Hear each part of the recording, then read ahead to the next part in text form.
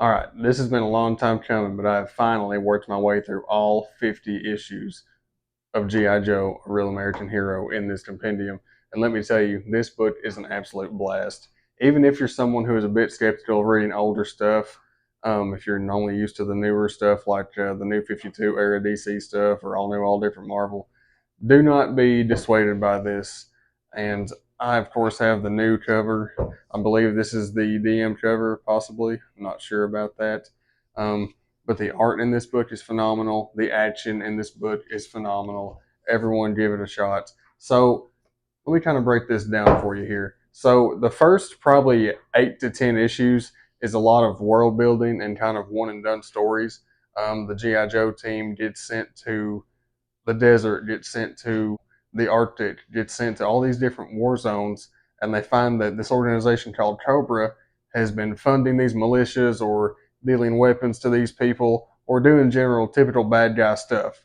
That's how it starts. It does not stay that way for the majority of the book.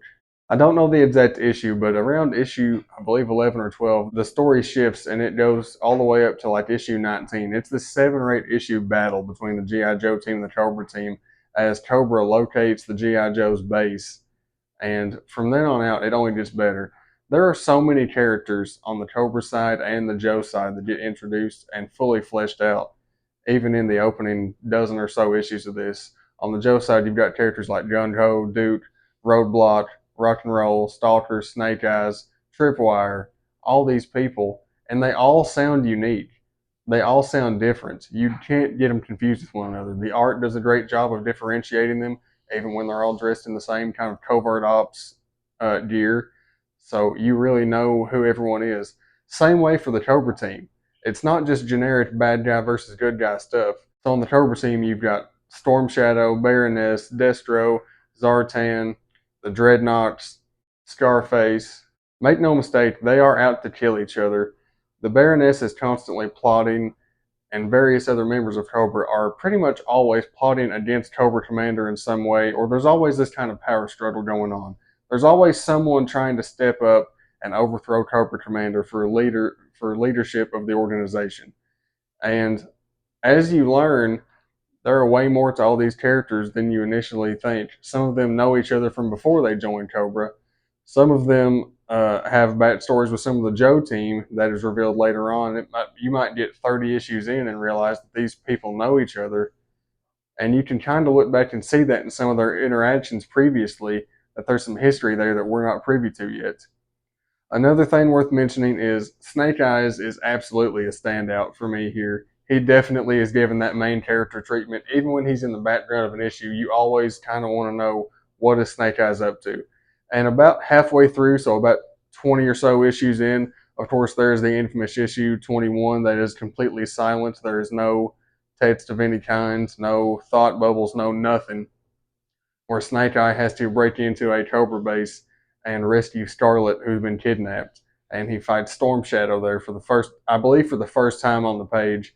And from then on out, over the course of the next few issues, you kind of like learn Snake Eye's backstory, all the way going back to him serving with Stalker in Vietnam, and who would later become Storm Shadow. And from there on out, you really get to understand there's a whole other side to this conflict that we've not seen yet. Snake Eye's backstory with the Hard Master and Storm Shadow's family really comes into play later on. And he does get a lot more play than some of the other members, but it's never enough to where it feels like you're reading a solo book. You really get some other issues where certain other members of the team are fleshed out too. For example, Clutch, who's always kind of the one that's working on the cars and the vamps and all the gear that Joe's use, actually takes some time away, takes some leave, goes back to his hometown, runs into his old buddy, and finds out that his friend, who is kind of runs this engineering plant there, is actually in league with Cobra and has to deal with that and call in the Joes to kind of save the day with him and take down this operation from the inside. So they slowly weave the idea together that Cobra is not just this little cell, it is a worldwide organization, a terrorist network that they're going to have to take down. Let me just say, I was a little bit hesitant on this from the jump, but as soon as you start reading it, kind of all my fears were alleviated, because I'm personally not big on like the early 80s storytelling either. And some of these issues admittedly are a little bit wordy, but it doesn't feel needless. You're getting dialogue. It's not just, it's not in the same style of older DC and Marvel where you would see the text on the top of a panel and then the characters would say the exact same thing that you had just read in the panel. It's more so the dialogue between the team members fleshing everyone out. Certain characters may take a road trip together and you get to see them talk before they arrive at their destination, before they run into some obstacle or some Cobra cell they have to take out.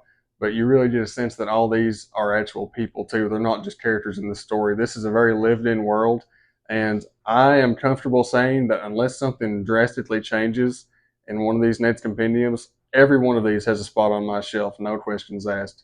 I know that Larry Hama is actually still writing the book with the recent Image continuation of the title once they got the rights to it. And we're in the 310s now. So there should be, in theory, there should be 6 of these total with more on the way as the series goes on. And I'm here for it. I am ready for more of these to come out. Honestly, I got to the end of this and I got to the very back cover and wanted to turn the page and see more. I love this. So if you're at all skeptical about this like I was, just look through here. All the cover art is amazing. The interiors are just as good. Everything is very detailed. You're not going to find anyone phoning it in here. This is great stuff. So anyway, guys, everyone check out this book. Pick it up wherever you get your books at. Thank you for watching. We'll see you next time.